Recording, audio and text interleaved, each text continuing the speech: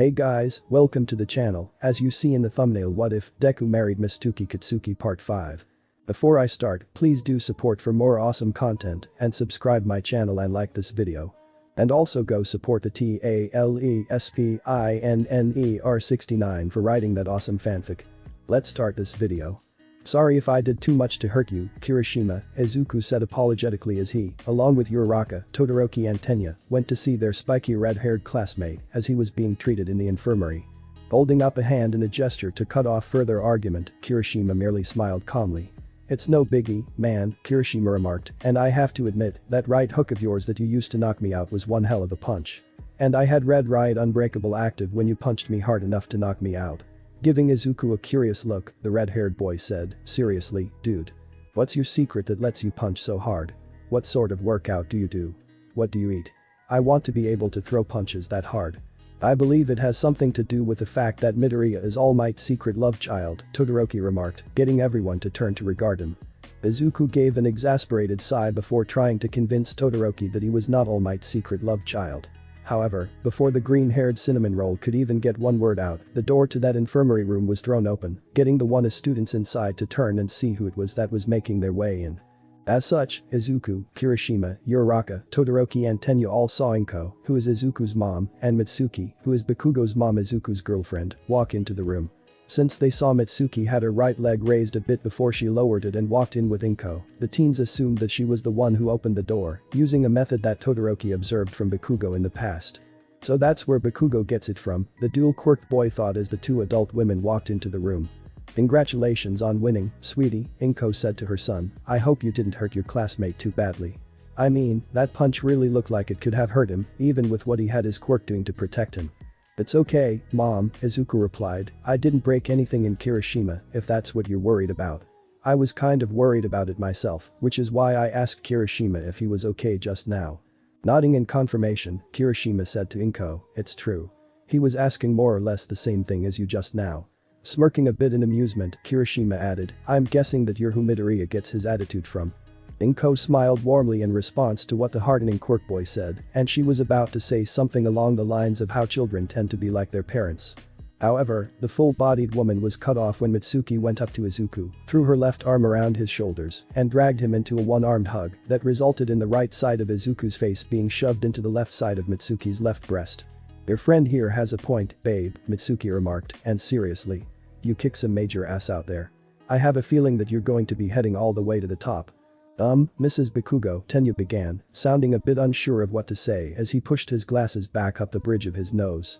Part of his trepidation came from seeing one of his classmates being fawned over by a woman more than twice their age, but another part came from Tenya's uncertainty to how said older woman would react to what he was about to tell her. "You do realize that Midoriya is set to fight Katsuki in the last round of the tournament, don't you?" the class rep of Wana asked. The dawning look of realization slowly appeared in Mitsuki's face. "Oh shit," Mitsuki said. Letting go of Izuku, Mitsuki gripped the sides of her head with both hands as she exclaimed, "Oh shit. My son has to fight my boyfriend. Fuck. I have no idea who to cheer for." With mildly unsure looks on their faces, the Wana students looked around at each other for a few seconds in silence. Said silence was broken when Izuku turned to look at Mitsuki. "I have an idea that may work, Mitsuki," the green-eyed boy began. "Why don't you cheer for Kaken while my mother cheers for me? I mean, parents should support their children, regardless of who said children have to face, right?" The ashy-haired woman looked to her younger boyfriend for a few seconds with a mildly surprised look on her face. Mitsuki began, "Are you sure that you wouldn't mind me not cheering for you to win, babe?" Nodding in confirmation, Izuku replied, "I have a feeling that Kaken will need as much of your support as possible." Mitsuki looked at Izuku for a few more seconds in silence before she had a realization of sorts. "Oh," Mitsuki exclaimed suddenly, "I get it. Katsuki is still trying to deal with the stress of me getting divorced. I need to help him weather the same storm that I have to face, since I'm not the only one that the divorce affected." "Yeah, sure, let's go with that," Uraraka remarked dryly, her gaze looking to the one side and helping to sell the air of dry knowingness that the gravity girl was giving off. If anyone had paid Uraraka close enough attention, they would have noticed that she didn't seem too happy at the moment, and that at least a good portion of said unhappiness stemmed from having to deal with a woman like Mitsuki Bakugo. Getting up from the side of the hospital bed that he was sitting on, Izuku said, well, the only damage that recovery girl had to heal for me was some scraped skin on my left hand and a slight fracture in one of the bones of my left index finger. Since I'm good to go, I'm ready to face Kaken as soon as the final round is announced. Yeah, sorry about that, dude, Kirishima said to Izuku in a mildly apologetic tone. Despite how she, Itsuka, and Pony felt about the infamous pervert of Class 1A, Ibarra could not in good conscience simply leave Mineta laying on the floor in the hallway like that after he was dealt a swift kick to his little Mineta by Itsuka. As such, the devout Christian of 1B used one of her hair vines to grab and carry Mineta over to one of the infirmary rooms. Itsuka, Pony and Bakugo likewise followed her. When they got Mineta to the infirmary room, one of the medics inside looked mildly exasperated with seeing Mineta being brought in. This medic was young adult man with shaggy shoulder-length sandy blonde hair, mildly scruffy facial hair, and he wore a light green medical scrub top, a pair of maroon medical scrub leggings, and black shoes. Gesturing to Mineta, the male medic asked the 1B girls and Bakugo with a rather strong hint of knowing in his tone, like, who kicked him in the balls this time? I did, Itsuka confessed, and he was going on about how he thinks one of the girls in my class must be wearing a specific kind of underwear. With a mildly exasperated sigh, the male medic gestured to one of the empty hospital beds and said, yeah, you can just dump him there. Said classmate that I'm talking about also kicked him in the left shin, Itsuka explained to the medic as Ibarra deposited Mineta on the hospital bed in question. But from what my friends and I here were able to gather, Mineta didn't do or say anything lewd to her to warrant the kick to his shin. My friend was just upset with the result of the last semi-final match. Sighing to himself in a resigned tone, the male medic mumbled to himself, zoinks, that pervert will be the end of me, I swear. Looking to the 1B girls and Bakugo, the male medic said with a hint of mild resignation in his tone, okay kids, thanks for bringing your schoolmate here so that he can receive treatment. I'll take things from here. The 1B girls and Bakugo nodded in confirmation before they turned around and left. Out of the four of them, only Ibarra had any sympathy for Mineta, and that stemmed solely from her strong beliefs as a Christian to have sympathy for one's fellow man. Yeah, you girls ought to be lucky that you don't have to deal with an idiot like Grapehead, Bakugo remarked as he and the 1B girls walked in the hallways. I don't know, Bakugo, Itsuka began, a hint of knowing in her tone, I mean, we have Monoma in 1B, and I won't shy away from how I strongly believe that Monoma is the main reason why there's as much animosity between 1A and 1B as there is. Turning to properly face Bakugo, the Class 1B rep added, sorry again about all the trouble Monoma has caused for 1A. Giving Itsuka a curious, mildly confused look, Bakugo said, isn't Monoma that blonde hysteric holler monkey that's in your class? Right away, Itsuka and especially Pony both laughed in clear amusement in response to the explosive teen's remark concerning Monoma. Even Ibarra had trouble holding back a few giggles as she tried to regain some composure. Seeing that the girls were all amused by his remark, Bakugo was glad that even some of Monoma's own classmates were not the biggest fans in the world of the blonde hysteric holler monkey. Bakugo even smiled a bit upon seeing how much Pony was laughing. After seeing how badly the half-American girl was hurt in her round 2 match, the explosive teen thought that seeing Pony enjoy herself was much needed. Bakugo's smile at Pony did not go unnoticed, as both Itsuka and Ibarra saw him smiling at their classmate. As for Pony herself, she was laughing so hard that her eyes were closed, so she didn't see anything. I'm guessing that you're happy to see that Pony is doing better, Bakugo? Ibarra asked. Blushing immediately, the explosive teen said, yeah, well, it really pissed me off what that devil prick did to her in round 2. Upon realizing that her friends and Bakugo were all talking about her, Pony stopped laughing and looked around at them. Gesturing to Pony with his right hand, Bakugo continued, it's good that she's better and feeling well. I knew it. Itsuka remarked suddenly in an excited and happy tone, pointing an accusing finger at Bakugo, you care as much as I do about fixing the damage that Monoma has caused between our 2 classes so that all 40 of us can be friends and not have any bad blood. Giving the Class 1B rep a mildly confused look, Bakugo replied, yeah, that does sound nice, but it's not exactly what I was trying to get at. Focusing his attention on the half-American girl of 1B, Bakugo said, I kind of wish that there wasn't exactly an audience when I did this, but there's something that I want to tell you, Po. Boy, Bakugo. An excited and slightly caffeinated sounding female voice called out, cutting the explosive teen off mid-sentence and prompting Bakugo and the 1B girls to turn and see who it was that had called out. As such, they all saw Mei Hatsune, in her workshop gear outfit, come running up to the group, a pair of Bakugo's grenade gauntlets in her arms. I saw your kick-ass fight where you kicked that villain devil guy's butt, Bakugo. Mei said as she came up to him, I also saw that your old pair of gauntlets were busted near the tail end of the fight. Holding out the new pair of gauntlets that she had with her, Mei explained, here's your new pair. Smirking a bit in amusement, Bakugo received the new grenade gauntlets from Mei as he said, "Thanks crosshair eyes. I'm going to be needing these when I face off against Deku in the last round real soon. They're more durable than the last pair you had," the caffeinated inventor explained, "so they should be able to go through more than one use of that super big attack you used near the tail end of your match against that villain devil guy." With a mildly curious look on her face, Mei asked, "What did you call that attack again?" "Big butt attack, I want to say." "It's called Big Bang Attack," the explosive teen corrected in a dry tone. With a shrug, Mei replied, "I'm pretty sure that I used a similar attack after I had lunch at that taco place 2 blocks away from UA last week. But that's beside the point." Gesturing to Bakugo, Mei continued, "Anyway, that attack looked awesome. I bet I can create all sorts of gear to help that attack achieve optimal damage output. Is there any chance you'll be using it against Izuku?" To the surprise of the girls, Bakugo gently shook his head. "I need the sweat tanks in both of the gauntlets to be at max capacity in order to use that move," Bakugo explained. "All of my attacks that I used against that devil prick prior to Big Bang Attack were from the sweat that I naturally had worked up during the match." Looking at his new pair of gauntlets, the explosive teen added, "Mind you, I was planning to use my new big move in the last round to finish off whoever I was facing, but after I saw what that devil prick did in round 2 and how I got to face said prick in round 3 sighing," Bakugo remarked, "I just had to use it there and then." Snapping her fingers in a mildly disappointed gesture, Mei said, "Dang it. Oh well." Giving Bakugo a slap on the outer side of his left bicep, the caffeinated inventor said, "Just be careful when you face Izuku. You aren't the only one I supplied gear to, you know." "She made your grenade gauntlets?" Pony asked Bakugo when she turned to face him.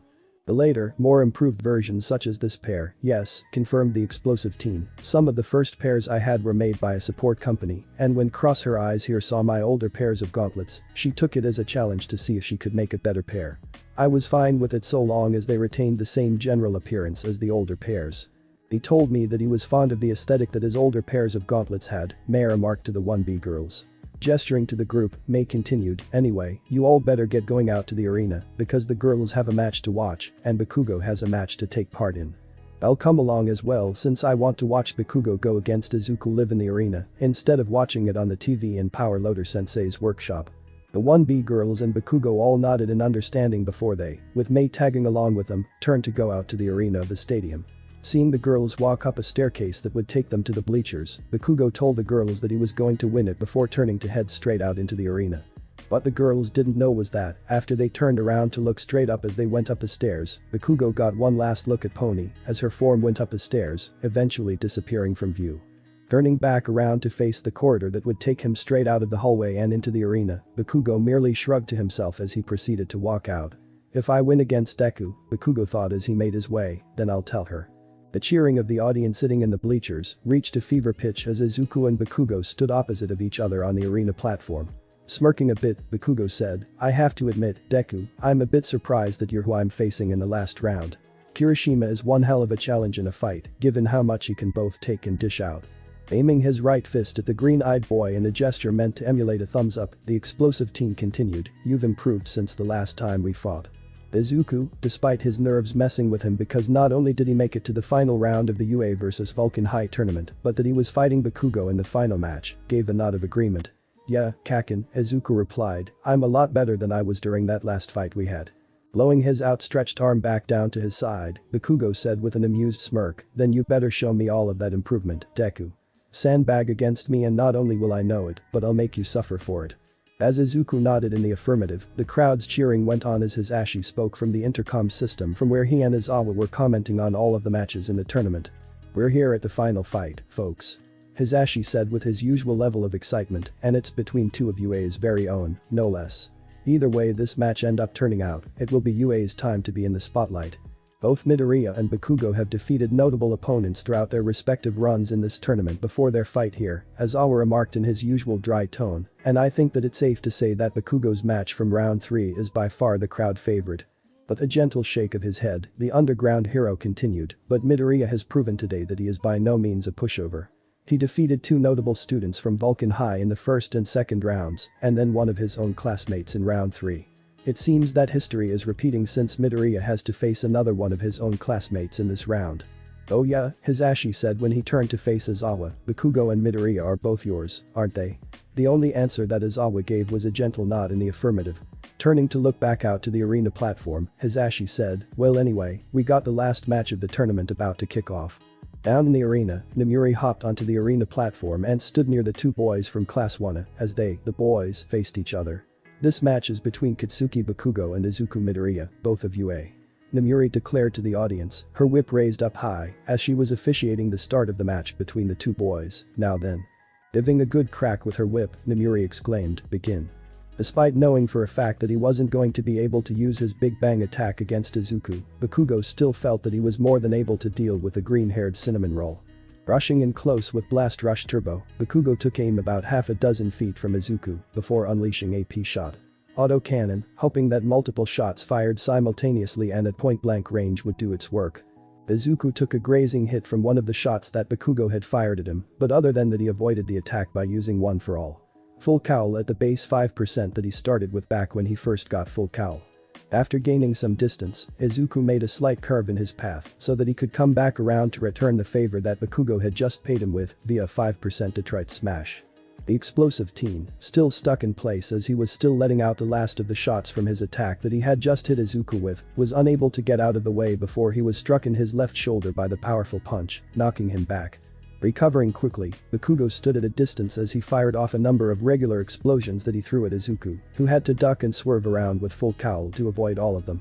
The green-eyed boy even had to bump it up from 5 to 7% in order to avoid one of the last explosions. Bakugo held the palms of his hands in front of each other as a sphere of light began to form. Knowing what was coming, Izuku quickly closed his eyes and held his arms in front of his face as Bakugo yelled, "Stun grenade." The blinding flash of explosive light radiated out all over the arena platform, obscuring what was going on and making most of the people who were watching the match cover their eyes.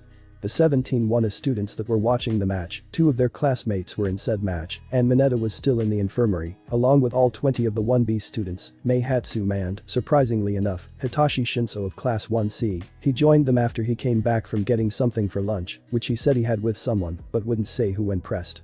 All had to cover their eyes with their arms due to the blinding flash of light that Bakugo had generated.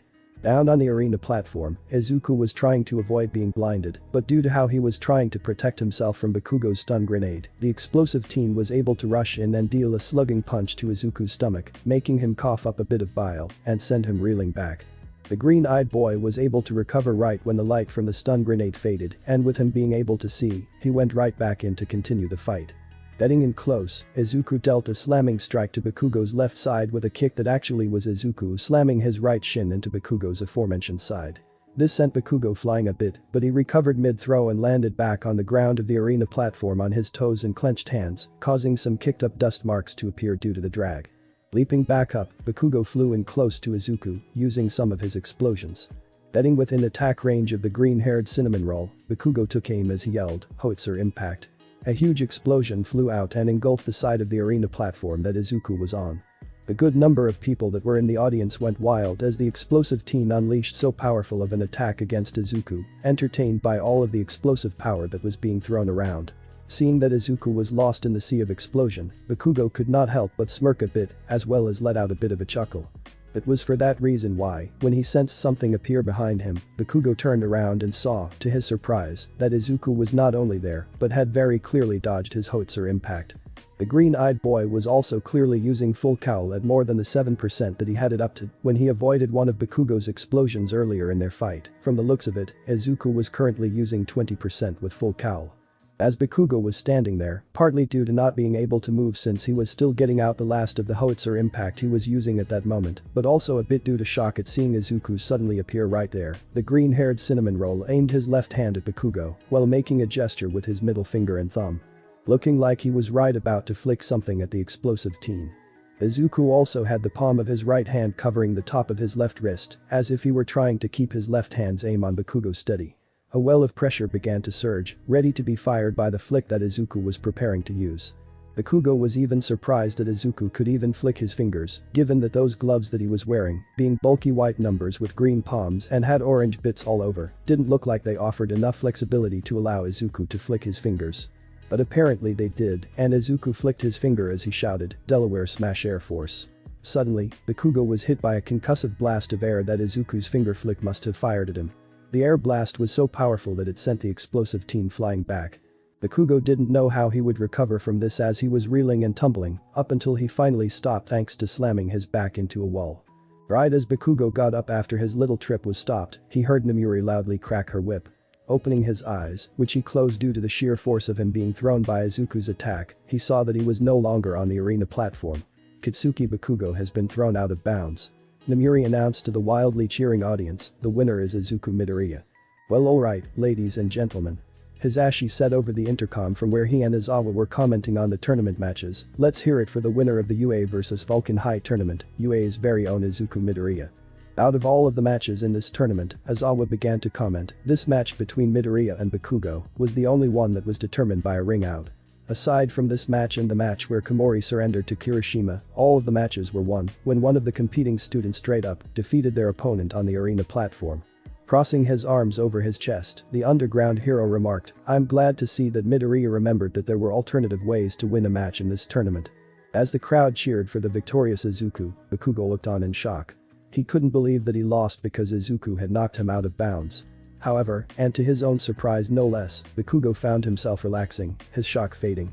He had no clue why, but Bakugo found that he didn't exactly mind losing this match to Izuku. At least it was a fair and square win that Izuku got against him. With a hint of amusement in his smirk, the explosive teen began to calmly applaud Izuku. About damn time you proved yourself, Deku, Bakugo remarked to himself. Toshinori was amazed by the match between Izuku and Bakugo. And the former symbol of peace's pride shot way up when his protege won not just the match, but the entire tournament as a whole. With how he was feeling, Toshinori bet that he could maintain his hero form for more than a few brief instants, maybe 10 seconds tops. Hell, Toshinori bet that he might shoot up into his hero form without meaning to, he felt so good. However, the retired hero's focus was shifted when he heard the familiar voice of Endeavor call out, All Might. Turning around, the matchstick of a man saw his successor to the position of number 1 pro hero come walking up to him. To Toshinori's curiosity, Endeavor had a smirk of amusement on his face. That brat of yours did well to win, NG Todoroki remarked, I bet that you must be proud. It was a hard-fought match, NG Toshinori replied, and yes, I will admit that young Midoriya has come a very long way.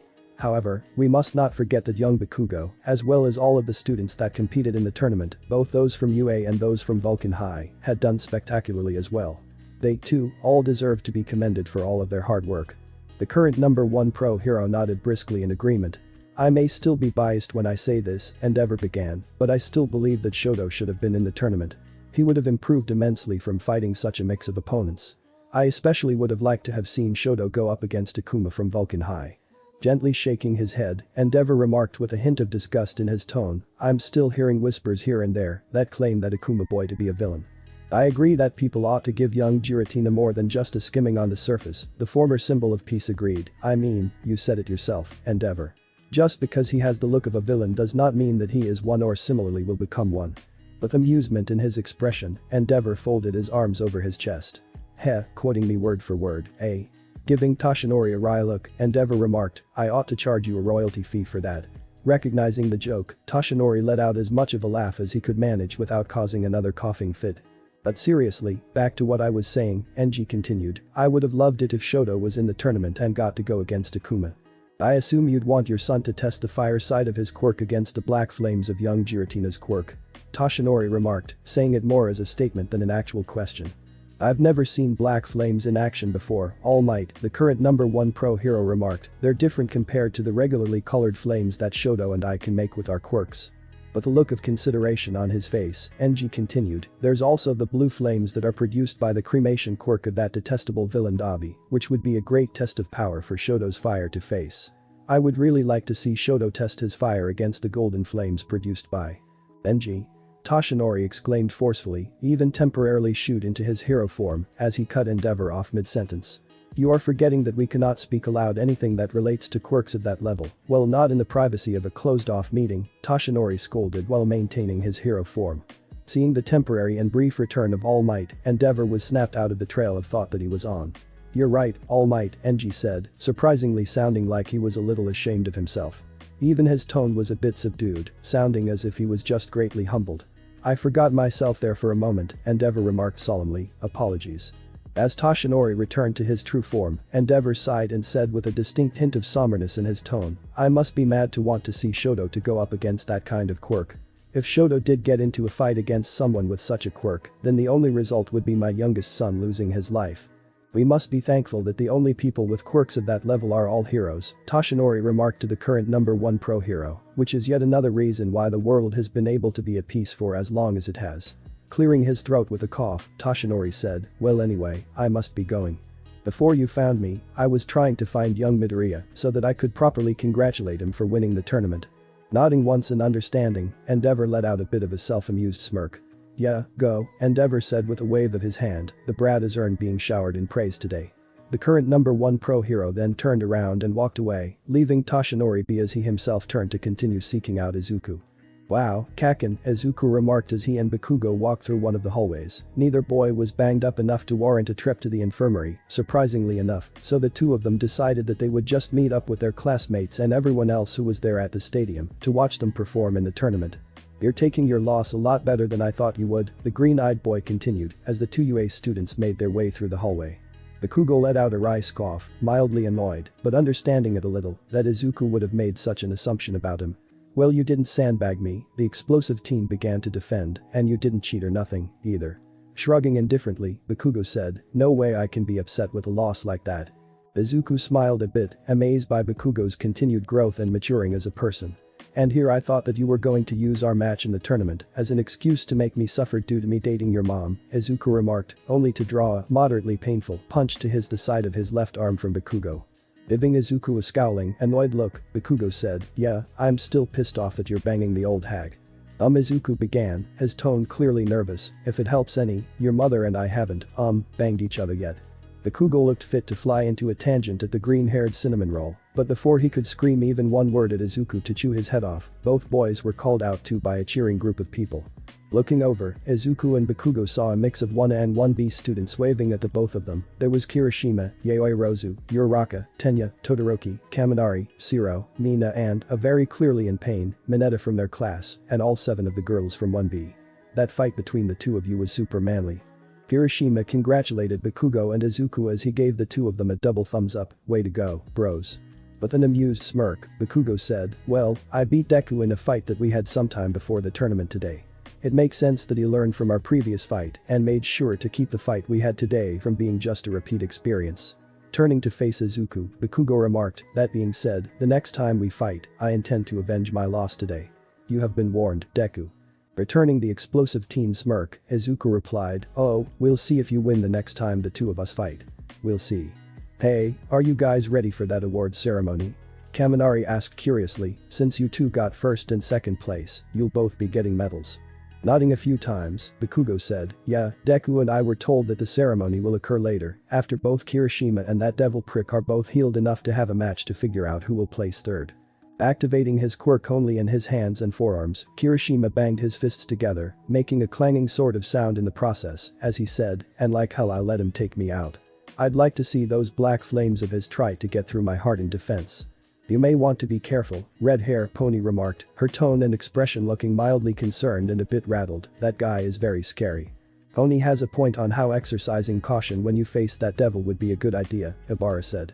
Although she looked and sounded nowhere near as worried as her half-American classmate, the devout Christian of 1B clearly sounded like she agreed with Pony's words of concern.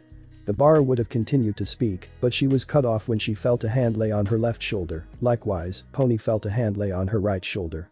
Both girls turned around and saw, to their curiosity, that their classmate Kinoko was getting their attention. You two are forgetting that Ijiro made it just as far in the tournament as the guy that he'll be facing to determine third place. He's also a lot stronger than you two are giving him credit for. Removing her hands from the shoulders of her classmates, allowing her arms to hang at her sides, the mushroom girl said, I'm sure that Ijiro will win. The UA students were all silent, partly out of surprise, and on Yaoi Rozu's part, there was a bit of fear, since she's still a bit unsettled by the mere presence of Kinoko.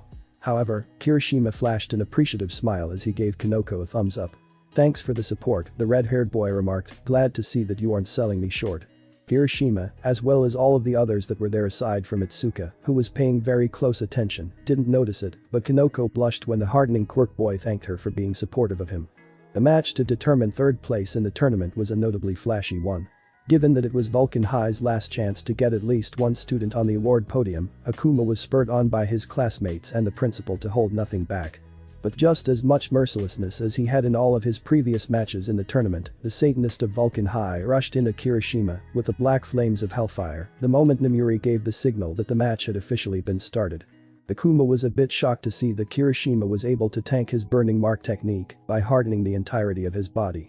The hardening quirk boy then rushed in and started to throw a number of punches, as well as a few kicks for good measure, striking Akuma many times. At one point, after he got enough distance from Kirishima, Akuma immediately unleashed Hail Satan in the hopes that so powerful a move would be enough to take out Kirishima. When the red-haired boy was engulfed in the black flames, Akuma smirks, thinking that his victory was assured. But then Kirishima, in his Red Riot Unbreakable form, rushed out of the black flames that engulfed him, went right at Akuma, and struck him in the gut with Red Gauntlet, making the Satanist of Vulcan High cough up a lot of bile. When Kirishima took his fist back, Akuma fell to his knees, a blank look of pain in his eyes, before sprawling out over the ground on the arena platform, thankfully avoiding falling right into the puddle of what he coughed up. Akuma Giratina has been defeated. Namuri declared after checking and confirming that Akuma was down for the count. With a crack of her whip, the 18-only hero declared, the winner is Ejiro Kirishima. The crowd went wild as Kirishima was declared the winner. The red-haired boy, as he looked around at the crowd that was cheering for him, stopped using his Red Riot Unbreakable mode, returning to his regular form when not using his quirk. Those who were on UA's side were particularly wild with their cheering. After all, with Kirishima's win, all 3 spots on the award podium would be occupied by UA students. Interesting, Kyoka remarked aloud as she and the other 1A and 1B students saw Kirishima win. It would seem that while that villain guy from Vulcan High is powerful, if he faces someone strong enough to deal with his attacks and retaliate with sufficient power, then he will find himself in a bit of trouble. Both Bakugo and Kirishima were able to put up with his black flames and strike him enough to take him out. So he can deal strong hits, Sayu began when she turned to face Kyoka, who sat right next to her on her right, but can't take very much in return. He sounds like he would be good in short fights, but may go down in the long run. Kiro. Aoi Rozu, who sat behind both Kyoka and Sayu, nodded in agreement and was about to say something. However, she was cut off when Kanoko stood up, pumped both of her fists into the air, and cheered as loudly as she could. Woohoo. Ejiro won. Yes. Although the Mushroom Girl's cheering was drowned out in the sea of cheers from all around the stadium, a few people heard Kanoko cheer for Kirishima's win. All of the 1A and 1B girls, for example, heard Kanoko as all of the girls sat together in a concentrated group. Next to the girls were the boys of 1A and 1B, and only a few of them even noticed what Kanoko was doing. The 1A and 1B students all met up outside of the stadium, being there to greet Izuku, Bakugo and Kirishima. The boys wore a gold medal, silver medal and bronze medal respectively. I knew that those Vulcan High extras were nothing compared to us here at UA, Bakugo remarked. Looking to the large group of students, the explosive teen said, so, what are we doing now? Are we going to try to figure out some way for all 40 of us to have a celebratory party or anything else along those lines? Gently shaking her head, Itsuka said, although such a party sounds great, it will have to wait until after my classmates and I get back from the United States. Wait a minute, Izuku began, excuse me? With a self-amused smirk on his face, Monoma said, that's right, 1A. We of 1B are the first to go on an international field trip. Sekijiro-sensei said that we'll be heading out sometime within the next 2 days for some town in the state of Michigan. With a conceited smirk on his face, Monoma continued, how does it feel, 1A? You aren't the first to represent UA to the world at large. It's alright to be jealous of us, for we are. Monoma would have gone on with a tangent, but he was knocked out via a chop to the back of his head, courtesy of Itsuka's oversized hand, which shrunk back down to regular size. Sighing in a resigned tone, the 1B class rep said, sorry that Monoma continued to bother you guys with that stuff. It's part of the reason why I want to try to create more of a friendly air between our respective classes. Well, you guys aren't the only ones who have to deal with a troublesome classmate, Mina remarked, a hint of knowing in her tone. At that prompting, Mina and every other 1A girl all turned to send accusing glares right at Mineta. When the 1A girls were all done giving Mineta the evil eye, Itsuka clapped her hands together. Well then, girls, Itsuka began, are we all ready for our little girls only celebration? Not only did the 1B girls all cheer in the affirmative, but the 1A girls as well, drawing surprised looks out of all of the boys. Oh yeah, boys, Itsuka began to explain, the girls in both of our respective classes decided to get together to celebrate UA winning all of the medals today in the tournament against Vulcan High. Since it will be only us girls heading out, you boys are free to get together to do your own thing. After a few more formalities were taken care of, all of the girls from both 1A and 1B took off in a collective group, leaving the boys behind. Turning to face the guys, Bakugo said, "How about we just head back to the dorms and have a party in the main area? 1A will host. We can bring a lot of sodas and grindage and play video games against each other. Please, allow our class to host the party," Monoma remarked in his usual conceited manner after he recovered. "After all, it's the last 1B can do for 1A, since we're leaving you in the dust as the first between the two of us to go on an international field trip." With an indifferent shrug, Bakugo said, "Sure. Whatever. I don't give a fuck." Pointing to the hysteric holler monkey, the explosive teen said, "Just don't piss everyone else off." "Yeah, I'm going to have to side with Bakugo on this one," Juzo said as he turned to face his conceited classmate. "We're trying to celebrate and have a good time tonight, and you trying to grill 1A like you always do won't help the mood, dude." While Monoma was, albeit grudgingly, conceding the point to Juzo and the other 1B boys, the boys of 1A had a bit of a different discussion. "So Midoriya," Mineta began, his tone making it clear that he was wanting to know more, "you're dating Bakugo's mom now?" "Yeah," Izuku replied as he rubbed the back of his head a bit, clearly embarrassed that things were taking this turn right away. Bakugo was similarly upset, but he was pissed rather than being embarrassed. After all, the infamous pervert was talking about his, Bakugo's, mom. Gesturing to Izuku, Mineta began, "Say, we're all friends, right? Maybe you could let some of us have a go at her. I mean, she has an awe." Mineta would have gone on with what he was trying to say, but he was interrupted when Izuku, with a casual look on his face, swung his right foot up and into Mineta's hidden treasure, scoring a critical hit. Such a hit sent Mineta falling over backwards, landing on the ground face up as he covered his wounded Holy Land with both of his hands. As he looked at his classmate whose hidden treasure he just critted, Izuku said, "Mineta, man, seriously. That's my girlfriend that you're talking about." Japanese man was sitting in a corner booth in a diner somewhere in the state of Michigan, located in the midwestern part of the United States. This man stood 6 feet 3 inches tall. He had a lean yet healthy body, fair skin, green eyes, with some freckles located underneath each eye, and green hair that was long enough to reach about halfway down his shoulder blades. Also the hair looked somewhat messy, as if it was reminiscent of a certain cinnamon roll of a boy living in Japan. Thanks for watching this video. If you really enjoy this video, like, subscribe, and comment down below, and turn on that bell notification.